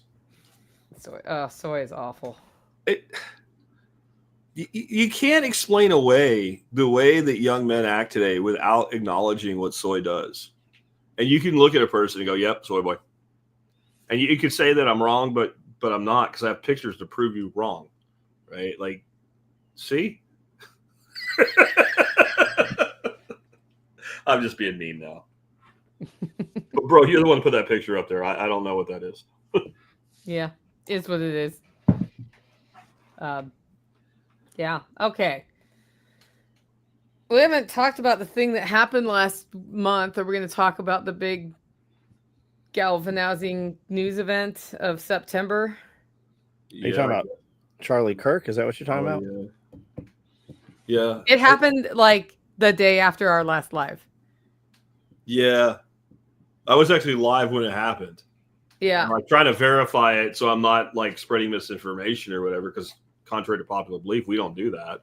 But yeah, it was like legit that it happened. It was kind of crazy. I think that it's another one of those dividing lines, at least for some people, like 9/11 was. Like, there is a before and an after, and things are different after. I'm not saying it's the same level of impact, but it's the same type of impact.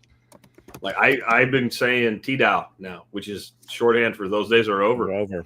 Like I am not interested in like the open discourse and all. No, fuck that. The guy that was just interested in open discourse, you unalived him on live television. So now you get me. And you get new me, not old me. Old me was at least a little bit reasonable. I'm not fucking reasonable at all anymore.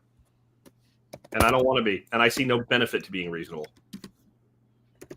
Yeah. I was like, damn, shit. That door is closed. It is. It's done. I mean. Well, it looked very divisive, but seems to be more unifying than divisive. Correct. Which is not a surprise. Correct. But at first it was very divisive. And then people who were on one side of the aisle saw what was their side of the aisle behaving the way it behaved and were horrified and had no idea. Yep. Yeah. It's like, oh, you mean those people that said we were crazy weren't lying to us? Right? Like, I didn't know. I think there's a lot of people that didn't realize they were throwing in with crazy. Yeah. And now it's like hard to deny. You threw in with crazy. You threw in, but I don't know. I don't know that it'll really help that much from that angle. But I do think that specifically young males, this was a galvanizing moment for. There were a lot of them that they didn't say anything. They didn't talk about what they believed. And I'm going down to like 14, 15-year-old kids like my grandson. I didn't know that my grandson listened to Charlie Kirk all the time, but he did. And I think that particular group is like, you know what, F this. Because I think what they've been doing is denying what they really thought, because all the girls on college campuses are fucking crazy. And if you're a college age guy, you want the college age girl. So you have to agree with what they're saying or you don't get them. Well, and yeah, I mean, you saw it. That kind of just bifurcated right there. You saw it at protests where they're interviewing all the people there and they're asking the kids and they're like, we're just here with her. Yeah. Yeah. We don't know what the fuck she's even talking about, but she's hot. So I'm distracted because John texted me something that looks pretty darn cool. Okay. Yeah. This John or other John? The one online right now. Is it secret, John, or is it? No, that was a while ago. I sent it to you. Yeah, I don't get the notices when I'm on the thing. Anyway, cool. We'll work that in if you want. Yeah, show it. That's a shirt coming up later this week. We actually have a Halloween shirt before Halloween this time. Super excited for this one. Check this out. Cool. Oh, cool. Yeah. Oh, cool. I'll get the other one up in a second here. It's so dark that it's kind of hard to see. No, like the that, t-shirt. No, that's freaking cool. I like that. It'll print out a lot brighter than that. No, Yeah. absolutely. I'm just saying on a computer screen, like with a black background, like that's badass. Yeah, Here's those. It actually, I think, shows up better this way. Not really. Kind of. Yeah, that's going to be awesome. Yeah. Yeah, DHS sent special operations teams to protest cities to protect ICE because the governors and the mayors are telling local law enforcement to stand down. You can hear there's radio traffic of it out there showing. That just happened in Chicago. Those guys were boxed in by like 10 vehicles, and they shot that crazy La Maggie bitch because she was shooting at them. Well, not only did she shoot at them, she had a gun and had pointed at officers 2 weeks prior or so and had been released from custody. Yeah. She shot them and drove herself to the hospital when she herself got shot, and they arrested her at the hospital. Yeah. They tend to do that when you shoot people and go to the hospital. They have her on Facebook saying, "This is the location. Let's go kill these MFers." Yeah. And like, here she is. Yeah. Back to the internet. Doesn't forget. Yep. But yeah, they called in for backup, and the officers were given a stand down order. And then like one of the Chicago like assistant chiefs talked about how they have a great relationship with the feds and they're there to protect them, and this is unacceptable. Like, well, then why did you bitches just leave them hanging like that? Because that could have went a lot worse. Like, that was never going to really work out for the people boxing them in because they were outgunned. But that could have turned into a slaughter, which is, I'm going to tell you, I think that's what they're doing. I don't think the people out in the street doing it understand that they're just pawns on the fucking board. And the people behind this want a fucking Kent State. Yeah. They want something like that. They're trying in every way to get something like that. And I think we just need to keep doing what they're doing and try not to let it go that way, because that's what will prevent that from happening. But I do think they're making a critical error here. If you really want to stop this shit, what the ICE agents all are doing at these centers where the guys come and protest and get in their face, they set up a line. They say, if you come on the other side of this line, we're going to arrest you. Then they put all the troops right on their side of the line so that the protesters can get in their face. Don't do that. Put it on a fucking PA system once every 15 minutes. If you cross the blue line, you're getting arrested. Well, I mean, go back from the fucking line, because those fuckers will not be able to resist going across that line. And the second, like a toddler puts the toe in the kitchen, snatch, gone. Then halt. Since it's federal, you have no obligation to take them to local courthouse. About 250 miles away to a federal fucking courthouse. And then I'm going to get bailed out. Well, you're going to wait 48 hours to talk to the judge before we even discuss that. So have a seat. You got do that for a week, and this shit will just go away. They got what they asked for. What were they doing? How can they afford to be there? Because they don't have employment. Because they're being paid. That's right. They're being paid to be there. They got what get shot in the ass with the pepper spray, John, the frog guy? Yeah, in the dinosaur costume or whatever it was. Yeah, the frog costume. It was diabolical. So he has a breathing valve on his ass. So when they get sprayed with pepper spray, the frog dude's fine. So the DHS agent goes behind him and sprays the fucking pepper spray right in the valve. And if the frog guy supposedly said, I didn't do anything. No, we all know that's a lie. Anybody that's ever had overspray knows that's not how that works. Yeah, we have one of those costumes. It's a fan.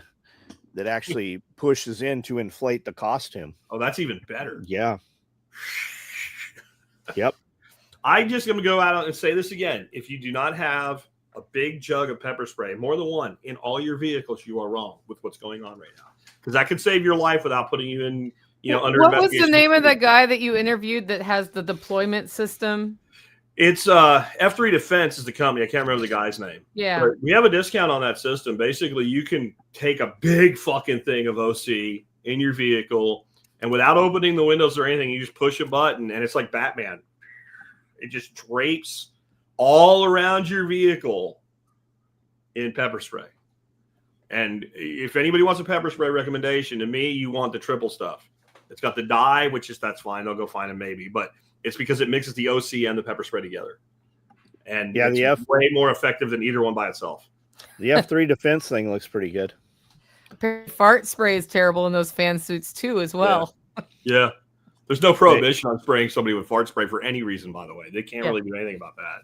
They make a piece of tubing that will plug into most of those pepper sprays onto that peg in there. It's a hollow piece of tubing with a needle on the end, and you can put it through the window sills on cars and through any of the rubber. And it's called an auto ejector. We used to get them at Schomer Tech, but I think they even have them on Amazon last time I looked. That would be effective too. But the main reason I say that is when people start blocking roads, if I don't have another alternative, somebody's getting run over. I mean, that's because I have a memory, and I remember people like Reginald Denny, right? Yep. So I know what can happen. So that's not happened to me. Now, I'm not going to fucking floor it. What I think you do is you put it in drive, and you just take your foot off the brake. You sit there like this. And if they get enough people to actually slow the vehicle down, you just give just enough to keep it moving. They tend to get out of the way. But it would be much better if there was a substance. It could be just put out in the air. And they don't necessarily I've seen this. People well, I saw this guy and he did. They don't react to it necessarily always immediately, but they always do. It doesn't take that long, and then when it starts to hit them, they go do something else, man. It works. They have you can get pepper spray maybe even on Amazon. I think might be where I got them. You can get pepper spray when you push it down, it locks it so you can toss it. Oh yeah, like grenades. A grenade. Yeah, you can do that. You pop them and just pitch it out the window and go, "Hey guys, here you." You can also make sure your air is on recirculate. Yeah, you can also with PVC pipes with PVC pipe and flapper valves that you can. We used to see these guys make these things from Home Depot. You could put them in your bumper, and you could have OC. Back then, it was real OC grenades or smoke grenades, and you could activate it where it would drop it on the ground. It could also load it with caltrops, and that would drop that. And then smoke screens were just a tank that held antifreeze that would drip in behind the catalytic converter into an exhaust pipe, and it would smoke out everything behind it. But if anybody wants to listen to it with the guys, this is the episode I did, 3700. That was a great episode. Defense system. Yep. And it shit works. And it's a couple former police officers that were involved with SWAT and things like that built the system, and that will work. It will. They said the only thing it doesn't do really good on, if you have a really high lift truck or something, because then the spray goes out so far that it doesn't really get right around your doors and shit. But any normal vehicle, it will work for. But aren't radical deranged liberals about as useful as zombies? I mean, they achieve about the same. Yeah, they can bite you and they pee on you and things happen. But unlike zombies, pepper spray works on them. I've seen it happen. And I'll see it again. I like the ones where you see the guys lined up on the road and they're blocking the road, and finally some cop actually does his job and he just walks out there with the big can and he just paints everybody. Yeah, we had a guy come in and within 10 minutes the fucking road's open again. At our old shop in Oceanside, California, we had an alcove that cut in. There was this area. So as it came out, there was just this step about 4 feet that ran down the wall. And this guy came in and announced to us that he was going to be camping there and he was leaving his shopping cart there. And Jared said, well, what Jared said doesn't matter, but Jared said, no, you're not. And he went out there and pepper sprayed that area. And that dude just moved right on along and we never saw him again. It would make for a long night in a tent. Yeah, he didn't even have set up. I mean, you can literally just spray it in the corner or on the wall. Yeah. And it's going to be there a while. Once it gets on you, Like it's a while before you can get rid of it. It's pretty harsh. And they're oil based, right? They're going to stain you. A lot of them, some of them even have a dye in them. So when you can't wipe off. Yep. The triple action, and they shine fluorescent light at a crowd. You can see who it was. Yeah, some will have UV in them. Yep. Yeah. I've also heard when you go to shower to take it off, the water reconstitutes the impacts of it. Like it's dried out and it's less impactful, and then you get a second dose. Yeah, my favorite brand was actually Cold Steel, but they don't make it anymore. They had a product called Inferno, and it was like a foam that melted on you, and it was a mix of, it didn't have OC, but it was pepper spray and black pepper. So when it hit you, the black pepper would make you like sneeze, so you inhale. Oh shit! You suck it up into your sinuses. And when they tested it, they brought in guys like big football players and all kinds of guys to try to fight through it, and nobody made it more than like a minute. And they had multiple tubs of water for what Nicole just said, because when you go in the first tub, now you're like making pepper spray soup, and so they had to go from one tub to the next tub to the next tub, so that and then like be sprayed off with a hose at the end. And they had like paramedics there when they did all these tests and all. It was pretty cool. And I'm like, okay, this is the best shit in the world. And they haven't made it for like 7 years now. And no one can explain why. They don't answer. Like if you send a customer service request in or whatever, for anything else, you get immediate, like something weird must have happened, because they just ignore it like it never happened. I don't know if somebody got sued over it or what.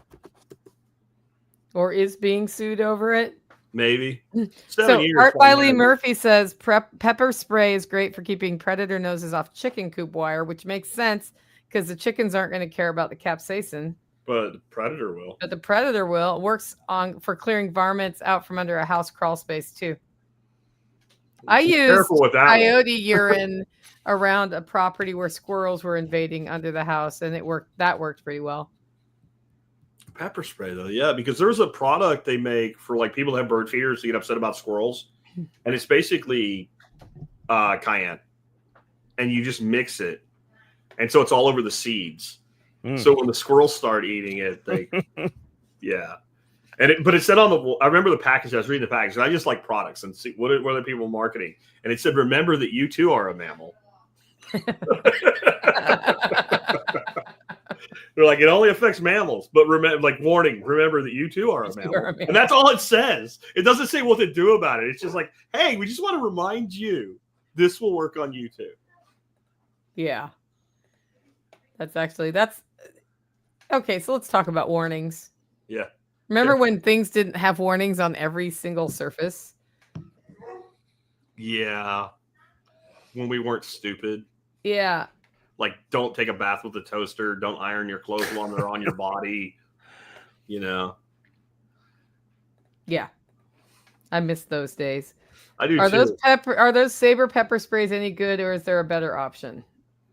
From Ian. No, I think they work. We have Fox. We use a lot of Fox stuff. Not a lot. I mean, I'm not walking around pepper spraying people all the time, but we have Fox stuff. The biggest thing to read when you read reviews on it is the reliability of the canister as a spray canister. And a lot of the Sabre products, it's not that the material inside is a problem. It's that a lot of them, the way they're designed, if you drop it, it breaks. And that's my issue with Sabre. And so they just need to fix some of their packaging. And some of them are fine. It's just read the reviews, and you'll see all kinds of people like, put it in my purse and it broke and sprayed me in the face. Like, I had one on the dash of my truck, and it exploded in the truck. Came back from mountain biking. No, I don't remember what brand it was. I don't think it was Sabre, but it popped in my whole dash was orange. I got pepper sprayed for the next year, probably occasionally. Like, you thought it was all done, and I feel like the heat of the truck like broke the product down. Yeah.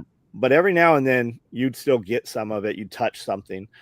For stray cats, suppressed 22. If it's not suppressed, a normal 22 rifle. Live catch traps and drown them. I know everybody wants to save these damn cats and go to all the hassle of that, but most of these people doing that are paying out of pocket to catch these cats and have them vaccinated and have them spayed or neutered and then re-release them. And there's still a problem. They're just not producing more problem, but they bite. Like, stray cats will really tear you up if you're not careful with it. The real answer is dispatch them. Yeah, and if you really are somebody who's unwilling to do that, be willing to invest in trap release and spaying and neutering everything. Yeah, that comes across. That will solve your problem in the country in about 5 years. Yeah. My high number was 8. And in the city, I don't know that it ever solves your problem because there's always there's like a higher density, fresh influx. But even though I solved that problem here, I still get the occasional stray cat, which is, like currently we have one. If you're going to, save the stray cat, then you need to be willing to go all the way through with like rehabilitating the cat so it's not a fucking psychopath and finding it, either giving it or finding it a home. Yeah. And if you do that, God bless you if you do that. But I'm with John. If all you do is like neuter the cat and let it go, you've made the problem less bad, but you haven't. Unless you're taking care. Yeah, we took care of them. I had so many cats. Yeah. I didn't have a mouse problem, though, at my high number. I'm all for taking care of them if you can. Like, it depends on how feral they fucking are. Because some of them, like, it's like a lion in small scale. It'll fuck you up, man. It'll fuck you up. It'll fuck a dog up. Like, we had one in a live catch trap. We caught the mom for the kittens that Josh had, caught.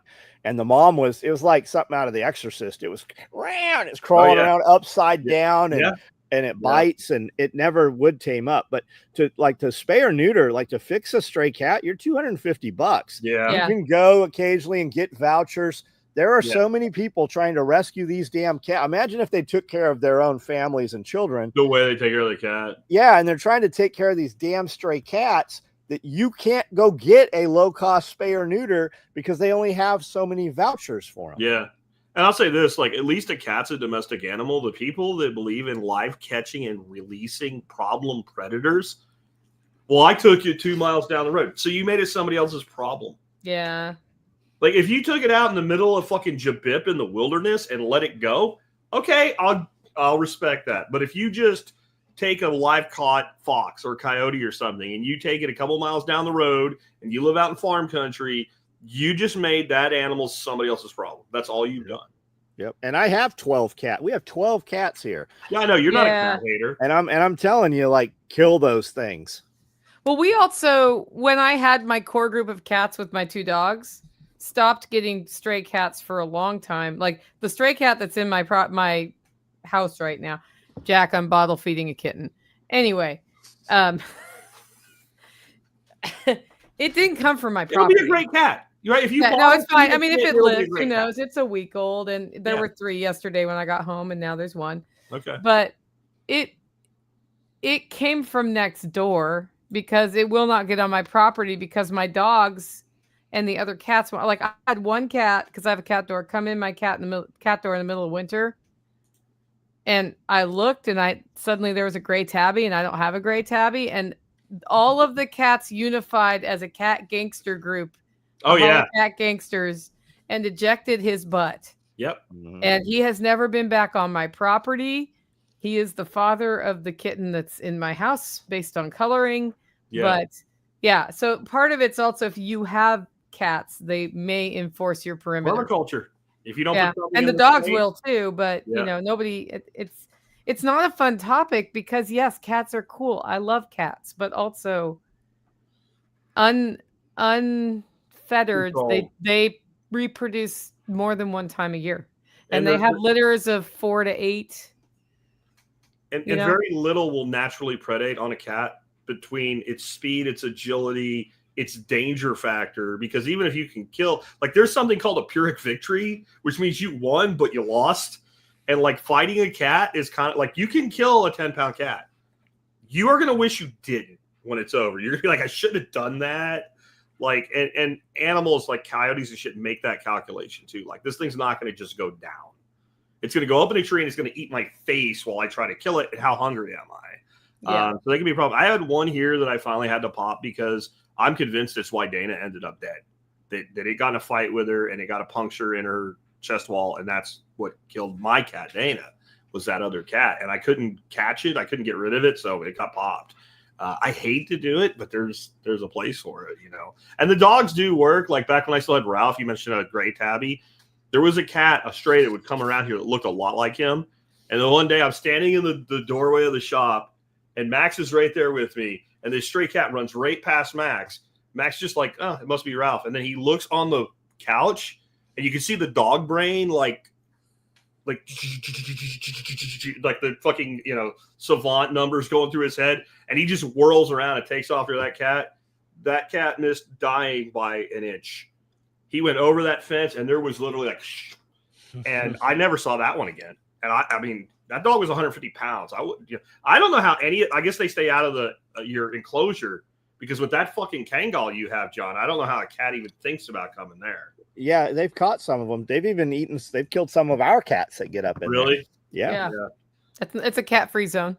Yes, it is. Yeah. The other thing, if you put up an electric fence, most cats won't penetrate it if it's really a problem on a city lot, which is what it sounds like, which is a whole different scale of problem. Yeah.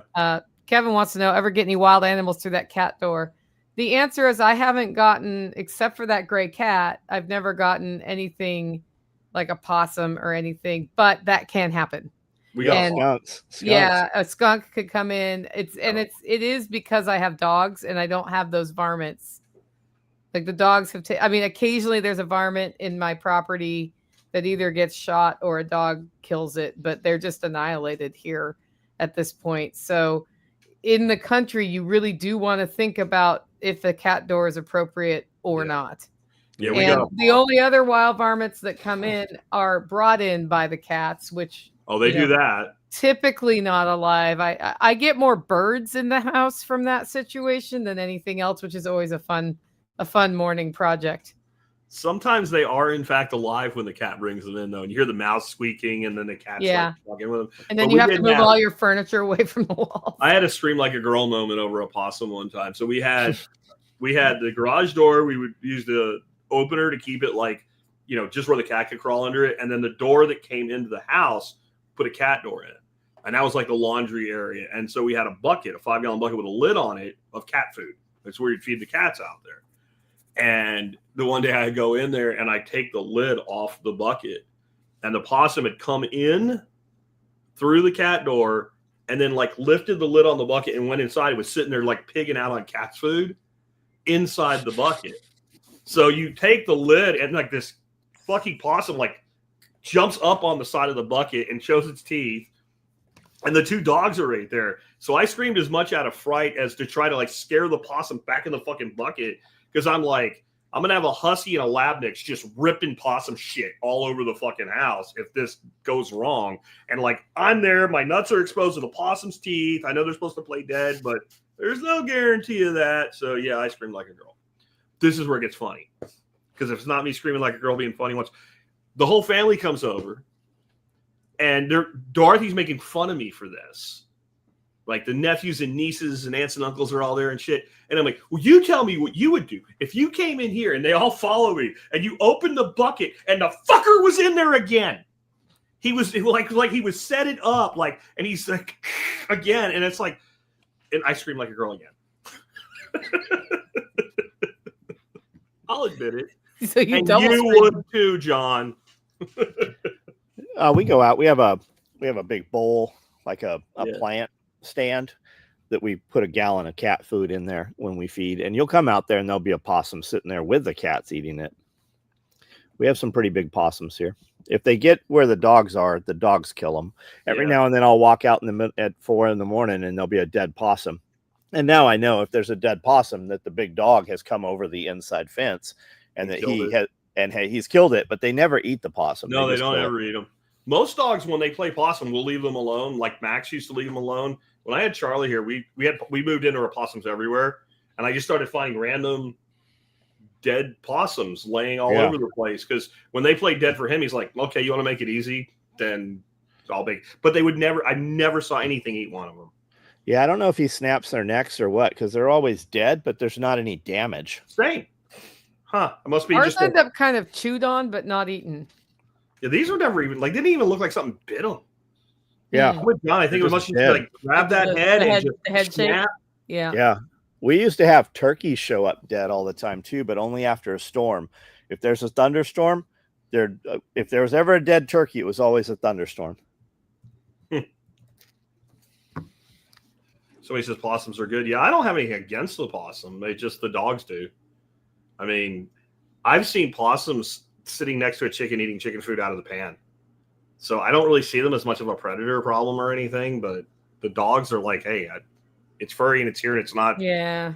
It's well, not. They're getting. I'm sorry. It's just a big rat. Anyway, go ahead, Nicole. No, we've got the armadillo coming in now. So possum on a half shell. Our dogs just hate those. Do they but kill they them? won't eat them. But do they kill them? Oh yeah. Yeah. Do they roll them around? It's one of those homestead. What's that smell? Oh, a dog got an armadillo. Armadillo. Yeah. Do you all have any advice on purchasing Mylar bags, preferred brand thickness? I've heard Food Saver won't work on them. I use discountmylarbags.com, which is owned by somebody I know personally who's a very good friend and a sponsor of my podcast. And he said since the tariff wars started, his consumer business has gone way down. Huh. Discountmylarbags.com. Now, he has resources on the upper right of his website that talks about sizing your O2 absorbers and thickness. If you're storing for a long time, thicker is better. I think 7 mil is the one most people use for long-term storage. If you get the ones with the plastic windows and it's freeze-dried, that plastic window is permeable. So that's great for displaying something short-term for sale. But if you want storage, no window. Like long-term storage, no window is better.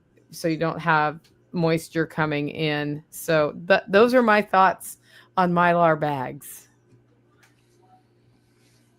Yep. So I've seen a lot of people say that possums kill their chickens. I've never had a problem with them. I've gone in and seen possums asleep with chickens on side laying 55-gallon drums. I've seen possums eat eggs for sure. I've also seen possums in nest box, but I've never seen a possum do damage to anything other than some chicken eggs. Like I've heard people say the same thing. I've never seen it. Yeah, I haven't either. I would suspect that it's a raccoon or a fox or something else. Not that it can't happen, but I mean I've had 20 possums probably as pets. We've caught and moved over 100 possums on the private. Like we don't even mess with the possums anymore. Yeah, they're chill critters most of the time, man. And they're kind of cool pets. I pick them up on live feed pretty frequently. I'll walk out and catch it on live video and talk to it and then put it back down and it waddles away quickly. Yeah. He's going to get bit one day. It's going to be fun. Well, then he'll just put it on video. Yeah. They don't tend to bite, but man, if they want to, if you look at the canines those things have, bro, they sure do. Yeah, they got some pressure to it. Yeah. The question is, has John been bitten by a snake today yet? Not today. No, I had one projectile shit all over me day before yesterday. Oh, shit. Jack, which garden hose do you recommend? Gilmore. Go out. Yes. See you guys. Thank you so much. Gilmore. The Craftsman brand, if they still make them, are pretty damn solid too. The biggest thing you want is, I know this is going to sound stupid, but you want a rubber hose. Most of them are not actually rubber. You want a hose that's all 100% rubber, and you won't have any of the fucking problems that you do with all the other hoses. All the other hoses in the world. Like the first thing you do, like if it says something like never kink, just don't buy it because it's gonna fucking kink. The kink, right? Like anything that says never, I just change it. I just take the N off, and it's ever. So it ever kinks, right? You call a die-hard battery back in the days of Sears, like die-hard battery. Call it that because when it dies hard. Like that's all marketing. Like you got to look at like what it's actually made out of. Yeah, the ever kink. Do not buy the ever kink because it will ever kink. Tractor Supply sells the fuck out of that too. If you go in there and ask what's the best hose they have, they'll be like, these are the best. And like you can see it kinked in the reel. Like the big thing with hoses, believe it or not, there's a way to start your hose. The first time you put your hose out, take a sunny day, attach the hose, unwind it. Don't pull it out. Unwind it in a straight line. Run water through it. Turn it off. Put a hose nozzle on it closed and turn it on so it has pressure. Leave it sit in the sun for like an hour, pressurized and laid out straight, and all of the fucking memory in it will go away. How much do I have to hate a fucked up hose to be able to tell you that and know that works? right? Like, I'm going to figure out how to not fucking do this anymore. And that's how you do it. They have Gilmore hoses on Amazon. I'm sure Jack will put a link up for you guys for tspaz.com.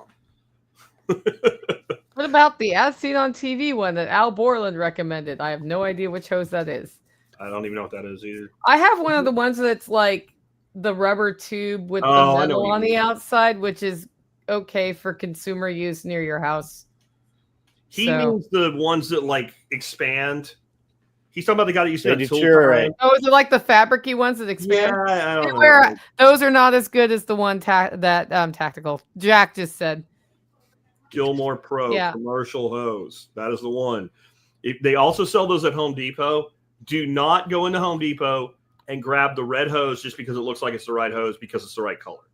Yeah. They have two different ones, and the one that they usually have is not this. I don't remember the name brand on it. It's the end pieces on it are freaking top end beautiful brass. I mean, like best you can find. The hose itself is absolute dog shit. Like you look at it and it kinks on itself. Like it's just that bad. I bought one. It was so bad. They're trying to like roll it up and put it in the back of the fucking truck. I'm like, fuck this. I just threw it out with the junk pile. I'm not even gonna take it back. Like that's how bad it was.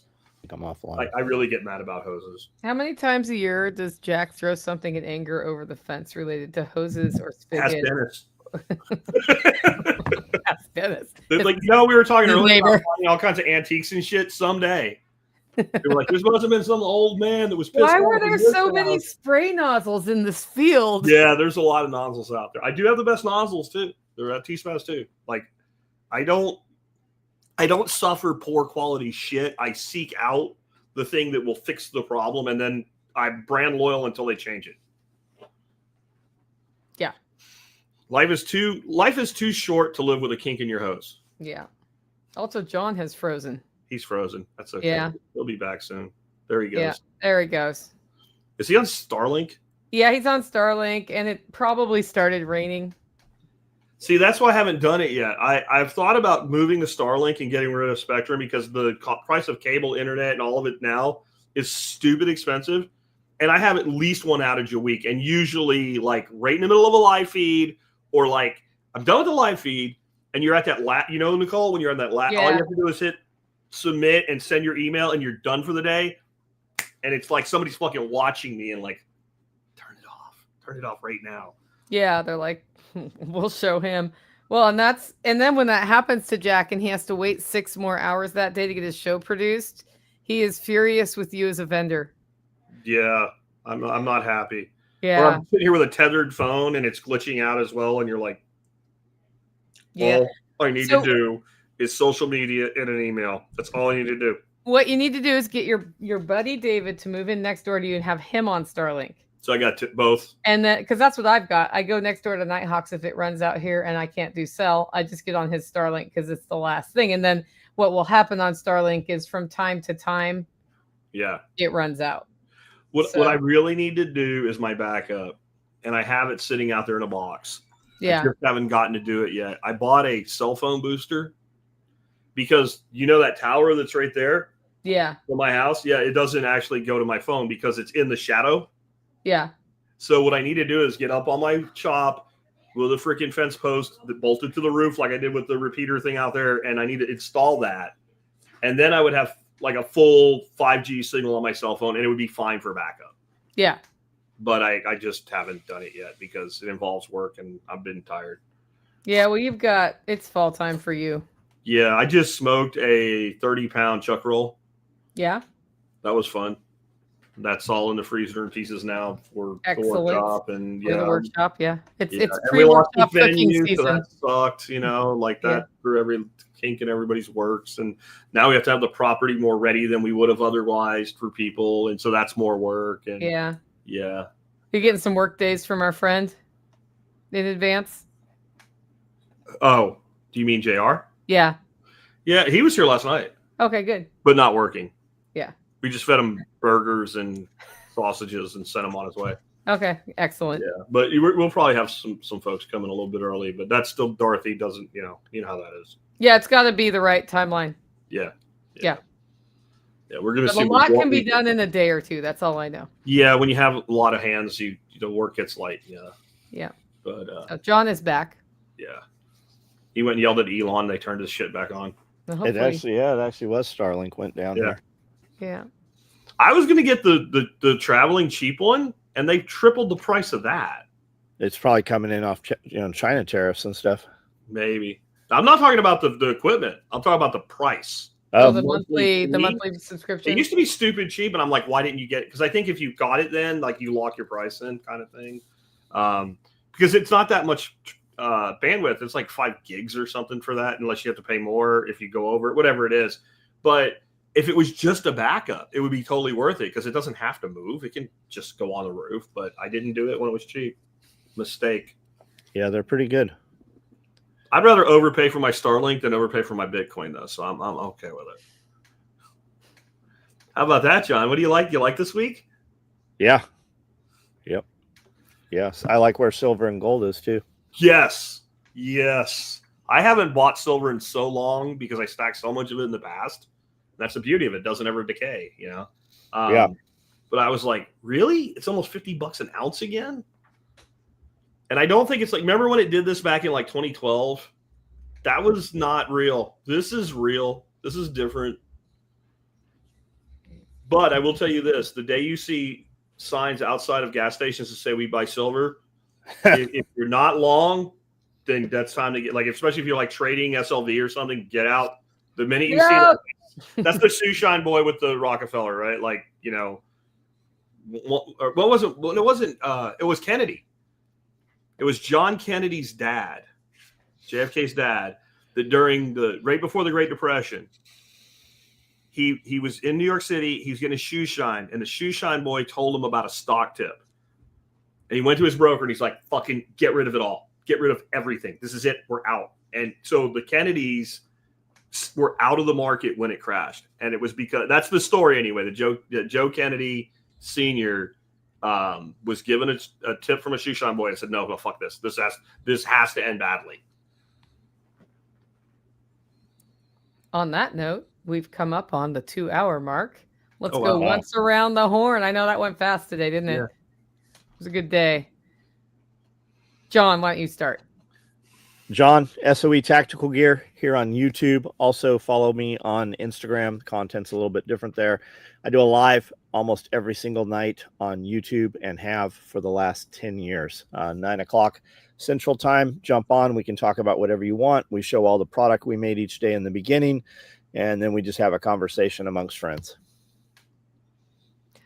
I'm Nicole Sauce from the Living Free in Tennessee podcast. Connect with me there. And we've got a really cool farm-to-table dinner coming up on November 15th. Get your tickets at livingfreeintennessee.com. There'll be a guest chef in. There will be a wild forage walk before dinner, and that forage is folded into it. It is all sourced from either my homestead or other farms around us. It's the true experience. Check that out, livingfreeintennessee.com. I am Jack Spirko. If you're new to me, this is not a typical look. Look, we're growing in a Santa beard this year is some fun stuff. And I think it'll be really full by the November workshop, Nicole. At least I'm betting on that. I've been working on it since July. But my show is called The Survival Podcast. We've been around a while, 17 years. Yesterday's episode, people really liked it, so you might want to check it out. Your job is not the problem. You are. Episode 3,742. And if you like what you heard from us today, maybe pick up my book, Laws of Life. You can find it on Amazon. Make it a great week, everybody.